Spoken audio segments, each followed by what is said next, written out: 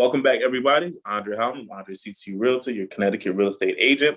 Today, we're going to be talking about money, loans, and how to get into your first home. And I have the pleasure of interviewing one of my favorite and top mortgage people that I use in my business to help the majority of my clients get into their first home, Mr. Chance McQueen. He has been in the business for a very long time. He is somebody that I rely on to make sure that all the information that my clients need to get their process started is there. He answers all their questions, and he is a great guy that I've been able to work with and do business with. So, Chance, I want to kick it to you. Tell everybody a little bit about yourself, and we'll get started. Hey, thank you for that great intro, Andre. I appreciate that.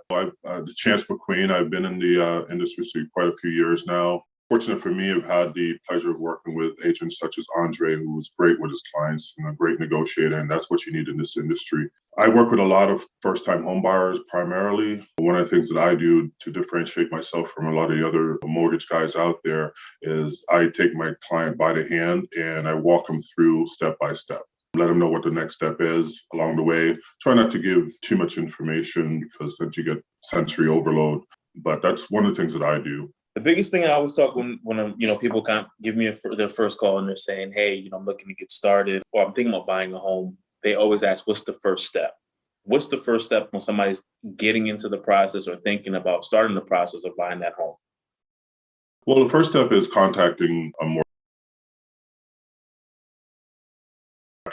What you need to qualify as far as work history, credit, income. Those are the three things that we're primarily looking at, and how much money you need to save. And then giving you the advice is taking a look at your credit, analyzing the credit report, telling you what you need to do in order to get your scores up based on what I've seen work for other clients. Why do you think most people are afraid to start the process or just call you and say, hey, Chance, I'm thinking about buying a home. What does that look like? Why do you think that's such a hard step? With multiple conversation with a lot of my clients, they're just, the fear lies in, they don't want to know. Like they think, oh, I don't qualify, I'm not ready, And then this is the first step to talking to a guy like me, and then I can give you unbiased advice on what to do and what you need to save and give you options so you can make an informed decision. Yeah, a lot of clients it's just fear. I'll be honest with you. They want to make that move, but they just think that it's just getting them over that hump. I don't know how to not as bad as it seems, though. Yeah, it's not. It's not. It's just, making a phone call, and sometimes you know how it is with calling someone cold, right? It's that fear, like, or someone's not going to tell you what you want to hear. Sometimes you need to have the cold hard truth if you want to go into a process like this, and you know where you stand, how much money you're going to need to save, where your credit needs to be, also choosing the right property, right? For someone like yourself. That's the biggest fear that I see. It's just that fear of picking up the phone, the fear of hearing something that they don't want to hear. But if you're serious about getting into a home, if you're serious about creating a financial investment for your family and generational wealth, you gotta that's great news come across there. Listen, I'll be honest. Like, I came from Jamaica. My parents didn't have anything. They couldn't read. My mom was read. She could read a little bit, not much. My dad was totally illiterate, but they both bought homes. Yeah. And my dad sold his home and built a mansion in Jamaica before he passed away. Nice. So, it's just, this is one way for people to create generational wealth. Got it. When somebody's coming to you, what are some of the basic things that they are going to need to have a handle on or understand of what you're going to be looking for to start that qualification process? Well, first thing, you kind of have to have an understanding of where your credit is by monitoring it every year. You have to have a firm grasp of what you can afford on a monthly basis. Sometimes clients come in and, hey, we're paying $1,000 for rent. We want to buy a $400,000 house and pay $1,000. That's not going to be the case. So we have to be realistic and set those expectations. One of the things that I do is also, once we get an application, I'm going to put together a loan summary. I'm going to go over it with you in detail. It's going to let you know that you're going to be paying the mortgage, your interest, your insurance. You're going to be paying the taxes as well. It's going to be escrowed. And then you're going to pay mortgage insurance if you're not putting down 20%, right? So that's going to be included in your monthly payment. Your principal and interest could be $900, but then with your total payment could be about $1,500. So those are some of the expectations that we have to set going in. So you brought up something that's very interesting. A lot of people, when they go onto other websites, it kind of gives them those payment breakdowns. And I know, in the business, we call it PITI, principal, interest, taxes, and insurance. But can you touch a little bit more about that and how that breaks into a payment for most people? Because obviously, when they're first coming in, they're paying rent, and rent is only just a flat fee. Obviously you have your utilities and other expenditures outside of that. But with the mortgage, there's a little more rolled into it besides that one aspect. Let's say you have a purchase price is say for instance, $170,000, right? So when we're going to look at your interest rate, what you qualify for, I work with a lender that's Director Freddie, Fannie, FHA, VA. So we're going to give you what you qualify for based on the rates that they're putting out. So you look at the interest and the principal, right, that you're paying every month. Say you're paying, let's say $800 with your interest and principal. Now you have to look at your insurance, right? So you're going to go out and get a quote from an insurance agent. That's your hazard insurance. Let's say your hazard insurance is another $100 a month. Your taxes are another $500 a month. And then the mortgage insurance you have to pay just in case you default on the loan, that the lender gets paid. That doesn't protect you at all, the client, that protects the lender, right? Because you don't have any skin in the game, because as a first-time home buyer, you can essentially come in with 3.5% or 3% conventionally. Okay, that's all going to be paid within that. Let's say it's a $1,400 a month payment. That's all included. So you don't have to worry about paying the taxes separately. You have to worry about paying your insurance separately. That's all in one payment, escrow. You mentioned two different types of loans, or a couple of loans, I should say. What are the different or the basic types of loans most people are going to be looking to get into when they first start shopping? We have a conventional loan with Freddie and Fannie, and then you have FHA, right? I like conventional loans, and here's the reason why. With a conventional loan, as a first-time home buyer, you can come in with 3%. We go by the median area income guidelines. So if you fall within that, then you qualify for that program. There's two programs conventionally. There's Home Ready, there's Home Possible. Now, the reason why I like conventional loans is that you don't have to pay with FHA. You have to pay what's called an upfront MI mortgage insurance. It's a funding fee, right? So, it could be $3,000, $4,000. It's a percent. It's 1.75% of the loan amount. And that increases your payment every month, right? Because, you're adding a few dollars. That's the only thing that's rolled into a purchase loan, is that mortgage insurance upfront funding fee. You don't have that with conventional loans. And typically the mortgage insurance is lower on a conventional loan because it's usually between 0.5 and 1% of the loan amount. With FHA, it's 0.85. It's set at 0.85, right? So it's usually a little bit higher, the cost. But if your credit is not where it's supposed to be, more likely you will not qualify for a conventional loan. They're very tight on the qualification as opposed to FHA. So a lot of time my clients will go FHA because, they have some collections on their credit. They have some charge-offs. And, with FHA, we can usually get around those things. Another reason why I like it is because with conventional loan, that mortgage insurance is going to fall off after year 11. So you can call, and if it doesn't, you call the lender and say, hey, listen, I think I have 20% equity in the property. I'd like to get rid of the mortgage insurance, and it's easy as that. With FHA, you pretty much have to refinance that loan to get rid of that mortgage insurance. Okay. So you broke down a lot, and I'm glad that you went through that as thoroughly as you did. So I want to break it down and make it as easy as for everybody to attain. So two of the basic loans is the FHA loan, which is the Federal Housing Authority loan, which is 3.5% that most people, are trying to get into. Now, that is the basic, I would say, for everybody. Like, and as you said, it's more general, so that depending on where you are credit-wise, there's more room for you to get qualified, correct? More flexibility. Yeah, more flexibility. So now, even with that FHA loan, there's what's called a mortgage insurance, and that's basically the bank saying we may not trust you to pay this full loan off, so there's a backstop for them to protect their money. Correct. All right. Correct. And the conventional loan, you're much in a different category, a little bit better, or say more stronger. That mortgage insurance, they think of you as less of a risk, so that they don't have to have that extra insurance in case you default and not pay the mortgage. That's there in place, or less, not there in place as heavy as the FHA loan, so that because of your credit score and your credit history, correct? Right. It's more for credit worthy buyers, right. Buyers. Okay. So now And the FHA, loan, and not saying anybody who gets FHA is not a good credit or worthy person. No. Oh, so what would be the beginning or the qualifying score for somebody to start with the FHA loan if they wanted to go that route? We go down to about a 580. Typically, I'd like to see a client over 640, right? Because it gives us a little bit, because when we qualify a client, we look at what's called your debt to income ratio. If you have a 640 and higher, we can go a little bit higher on that debt to income ratio and qualify you for more home. Now, I just want to touch back on something Andre said in regards to the FHA. Also, so it's going to, typically it depends on the type of property a client's trying to buy. So if they're trying to buy a multifamily and they don't have a lot of money down payment wise and a lot of reserves, saying like after you close, you have 3 to 6 months worth of mortgage payments sitting on the side. So typically we may go with an FHA loan because it allows you to come in with 3.5% as opposed to conventional where you have to come in with 20% or 15%. Some of those programs have changed within the past couple of months due to COVID.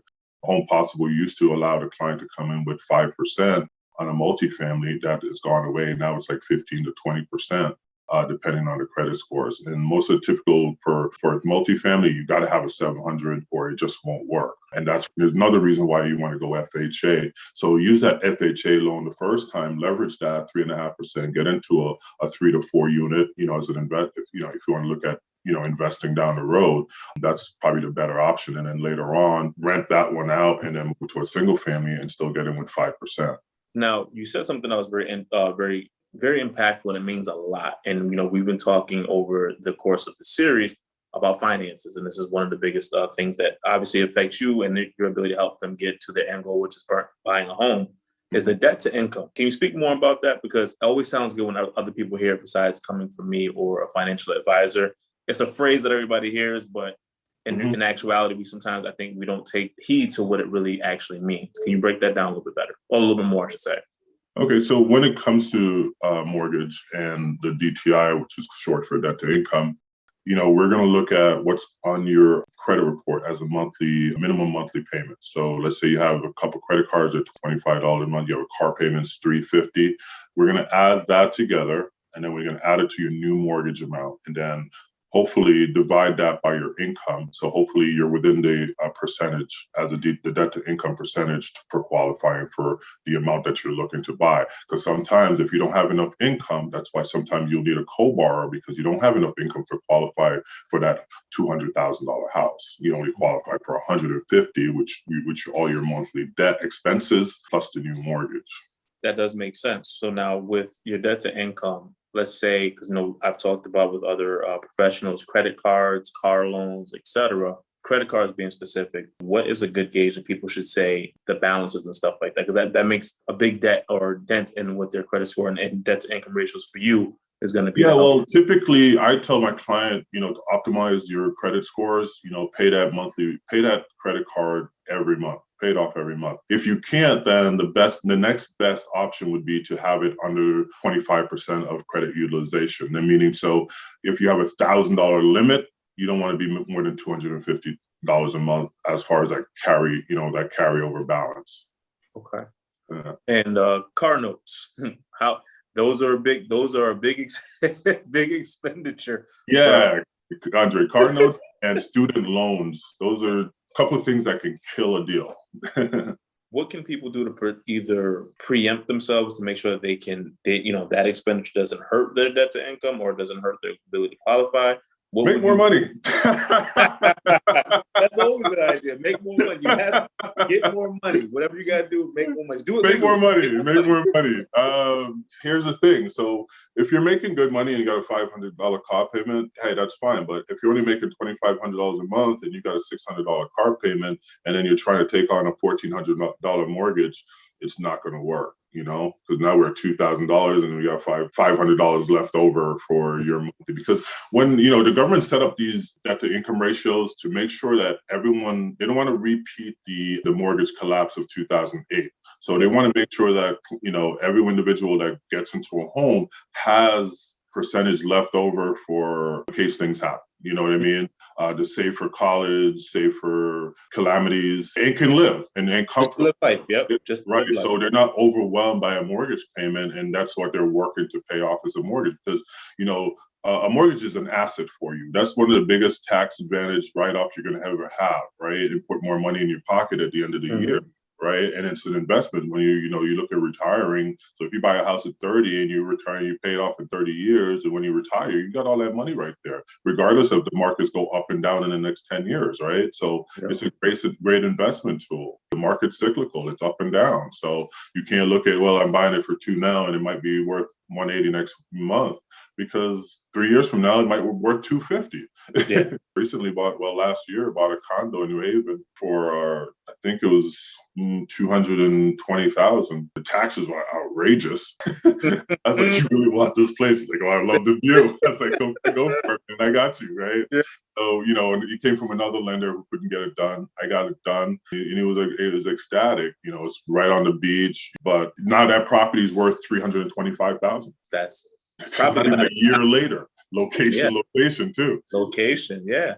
And you said something that was very interesting. I always tell my clients is when we do our initial consultation is you don't want to be house poor. And that's something, as you said, a $600 car note and looking for $14 mortgage, you're basically house poor at that point. Your house is now a noose around your neck, and it's only a matter of time before something happens, and now you can't afford the house. And that's the last thing we want to do is get anybody in that kind of situation. So definitely having your finances where the majority of your money is not going to those fixed expenditures. And you said student loans. And a lot of people are going back to school. School is, obviously at a paramount right now. Sallie Mae is probably one of the businesses besides Amazon that is just, you can't break it. It's bulletproof.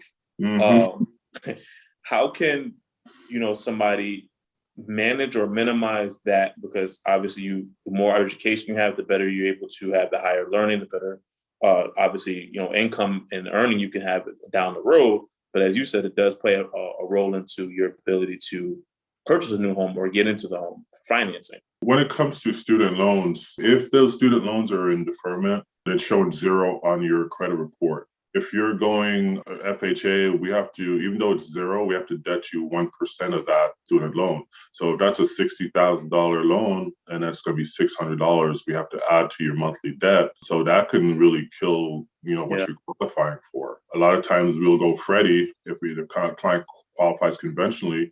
We'll go Freddie. Give us a half a point, half a percentage. So instead of 600, it'd be 300. So that makes a difference. I believe they conventionally just changed the guidelines. So I think if you're in an income-based repayment plan and we want to go, I think it's Fannie now, will allow us to go, if it's $0 reporting as your payment on your credit report, they'll allow us to use that 0. But if for any one of these programs, Freddie, Fannie, or FHA, if you're not in forbearance, sometimes it's better. We make sure that if we're going to use what's on the credit report for the payment. So if it's $187, it's a lot better than a $600 or $300.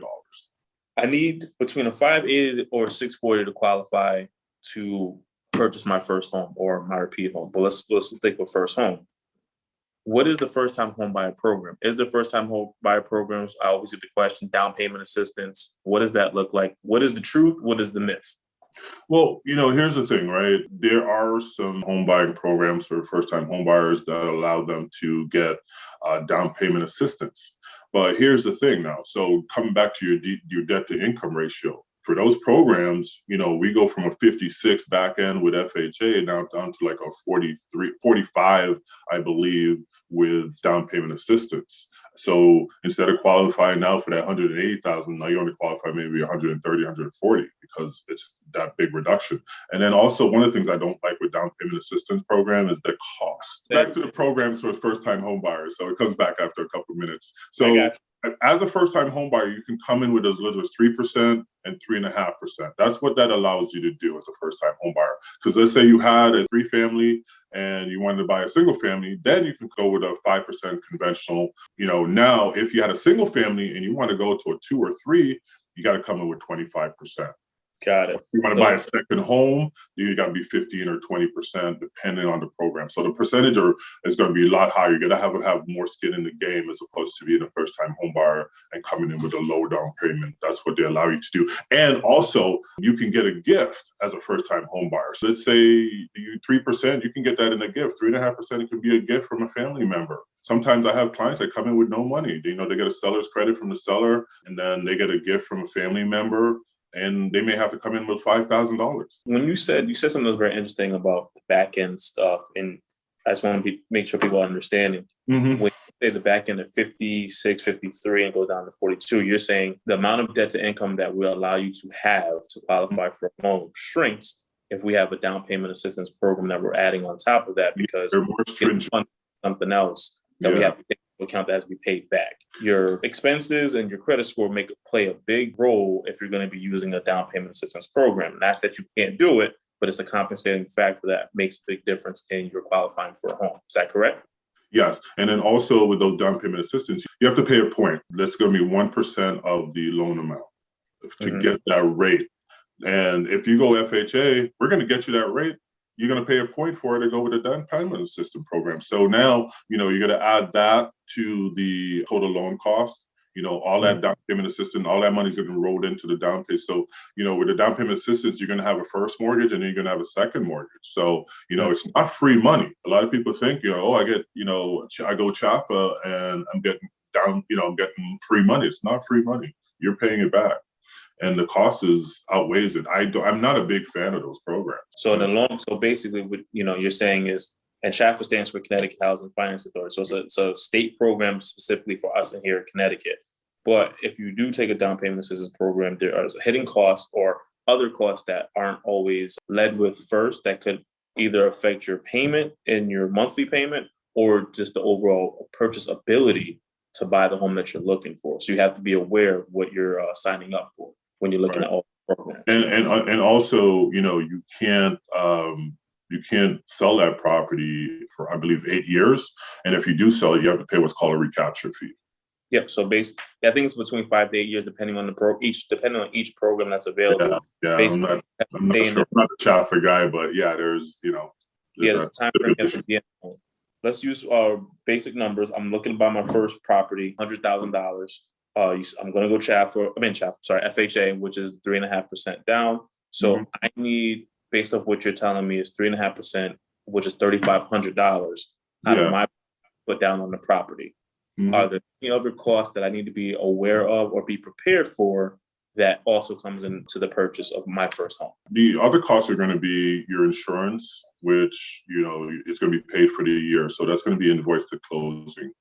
So that's added to your closing costs. So if your insurance is $1,200, that's, it's going to be paid at closing. And then also we're going to escrow taxes for 8 months. It's actually 6 months plus a 2 months reserve, just in case the taxes go up. We have enough cushion there to compensate for that, and nothing will change for you. That's the only thing that down the road can change your monthly payment, is the increase in your insurance and the increase in your tax. That's going to be your closing costs. So let's say your down payment is $3,500. You're probably going to have to come to closing total of maybe $9,500, on a $100,000 purchase. So that $6,000 you're talking about, let's say we're using round numbers, that's a property with taxes about $6,000 a year, $500 a month being broken down. Right. So they're taking that $500 a month payment and they're taking 6 to 8 months of that and putting it aside to pay the taxes for that town, because by the time you start paying your mortgage, you won't be able to catch up out of that principal, interest, taxes, insurance that we talked about. That won't pay the tax bill for the year that you're in or the year that you're going to, depending on the town. It won't pay that bill. So the bank wants to make sure that the town doesn't take the property back from you for not paying your taxes. Because they can't put a lien on the property for non-payment taxes. You're going to, let's say you close in September, so the next payment is going to be due in January. You're going to escrows for enough to cover that 6 months from January to July 1st, right? Yeah. Closing costs, primarily the biggest bulk of that number is the taxes. And the insurance. And then you have, the attorney fees, closing protection, the other things that go along with the attorney side when they're doing their job and running title. Title is very important to make sure that you're receiving that property free and clear of any encumbrances, and the title insurance protect you down the road if the attorney did miss something. So now I got all my closing costs. Now I understand I'm paying my taxes. That's the insurance. That's the attorney. Principal and interest. Oh, I'm sorry. Yeah, go ahead. Yeah, it's the regular insurance. Yeah, regular house insurance, so that nobody burns down my house. And that's called a hazard insurance. Hazard insurance. So that is the majority of the bulk of my closing costs. If I can, is there a different way that I can get around that cost without coming out of my pocket, or is that all 9,500 you talked about have to come out of my pocket? There's a couple things. Like I said, one, you can get a gift, right, from a family member, and secondly, you can have a great realtor such as yourself negotiate on your behalf to help, get a seller's credit from the seller to help offset the closing costs. With FHA, you're allowed up to 6% seller's concession or seller's credit. Conventional, it's about 3% unless you put down more than 10%, and then you can get up to 6%. So you just said something that was very interesting, just right there. And I know most people, when they're starting their process, the biggest thing they purchase or negotiate is a car. And obviously, we know if I put more money down on my car, my payment's a little bit lower or can be lowered. Can that happen on my house? Well, here's the thing. For every $5,000 you put down, I'll be honest with you, it changes your payment maybe about $27. $27. So if you want to decrease your payment by $75 and put down $15,000, I don't think it's a great use of your capital. I rather my clients put that money in an account that's going to pay them interest. I'm always doing pretty good. Not a big fan of putting down a ton of money. And most first-time home buyers that I work with, majority of my clients, are scraping money together to make this down payment. This is their dream. They want more space for their family, better school systems. They don't have that option. Or that extra. Extra, yeah. Speaking of extra, can I borrow against my 401k for my down payments? Okay, so I can. Yep. How does that work? You just have to call the client, needs to just call up their whoever has their 401k account, let them know they want to take a hardship withdrawal or a withdrawal. In some cases, it has to be a hardship withdrawal. In some cases, it doesn't. I've seen it go either way. They can just call in and make a withdrawal. It just depends on the terms and condition of that specific fund. And that's another thing we need. So we need a quarterly statement for the 401k. We need to see that money coming out as a gift and then going into your account. And then we also need to get the terms and conditions of that account, being that if you're just taking a hardship withdrawal, how soon after can you take another hardship withdrawal? Okay. Because I know some 401ks, when I bought my first home, they do allow you to withdraw for a first-time home buy or your first home purchase. So I know there are, depending on your 401k account, whoever's holding. It just depends on the company itself. Yeah. You want to call them ahead of time and figure out if what those parameters or programs are. Yeah, I have a client that right now that's doing the same thing. It happens. Okay. Yeah, did multiple loans from her 401k. So in some cases, you may have to pay that back, or you can set it up to pay it back, which is called a catch up with your 401k. So, you want to make sure that you keep that. If you lose $10,000 off your principal, now that money is not going to earn you as much money in interest as without that $10,000. Sometimes it's best where people will pay that money back to catch up and keep the funds where it was so they can earn more money for retirement. And, we're getting close to the end here, and I know we went through a lot, touched on a lot here today. Mm-hmm. What do you see or why do you think most people are afraid to start the process or just call you and say, hey, Chance, I'm thinking about buying a home. What does that look like? Why do you think that's such a hard step? With multiple conversations with a lot of my clients, they're just, the fear lies in, they don't want to know. Like they think, oh, I don't qualify. I'm not ready, And then this is the first step to talking to a guy like me, and then I can give you unbiased advice on what to do and what you need to save and give you options so you can make an informed decision. Yeah, a lot of clients it's just fear. I'll be honest with you. They want to make that move, but they just think that it's just getting them over that hump. I don't know how to. Not as bad as it seems, though. Yeah, it's not. It's just, making a phone call, and sometimes, how it is with calling someone cold, right? It's that fear, like, or someone's not going to tell you what you want to hear. Sometimes you need to have the cold, hard truth if you want to go into a process like this, and you know where you stand, how much money you're going to need to save, where your credit needs to be, also choosing the right property, right? for someone like yourself. That's the biggest fear that I see. It's just that fear of picking up the phone, the fear of hearing something that they don't want to hear.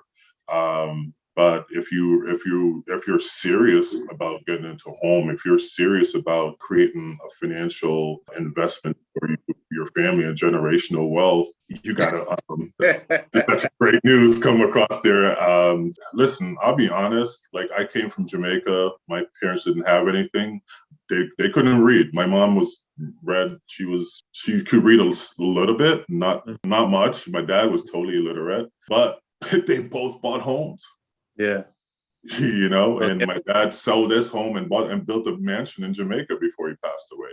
Nice. So, this is one way for people to create generational wealth. Got it.